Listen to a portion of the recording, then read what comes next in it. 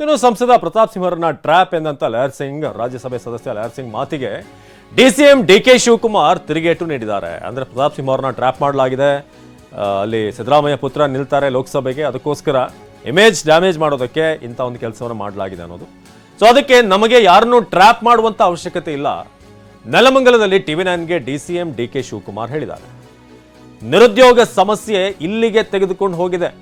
ಯುವಕರಿಗೆ ಉದ್ಯೋಗ ಇಲ್ದಿರುವಂಥದ್ದು ಅವರ ಆಕ್ರೋಶ ಇಂಥ ಕೆಲಸ ಮಾಡೋದಕ್ಕೆ ಪ್ರೇರೇಪಿಸ್ತಾ ಇದೆ ಅಂತ ಇಡೀ ದೇಶ ಚರ್ಚೆ ಮಾಡುವ ರೀತಿಯಲ್ಲಾಗಿದೆ ಅಂತ TV9ಗೆ ಡಿಸಿಎಂ ಡಿಕೆ ಶಿವಕುಮಾರ್ ಈ ಹೇಳಿಕೆಯನ್ನ ನೀಡಿದ್ರು. ಲಹರ್ ಸಿಂಗ್ ಅವರ ಸ್ಟೇಟ್ಮೆಂಟ್ಗೆ ಕೌಂಟರ್ ಕೊಟ್ಟರು.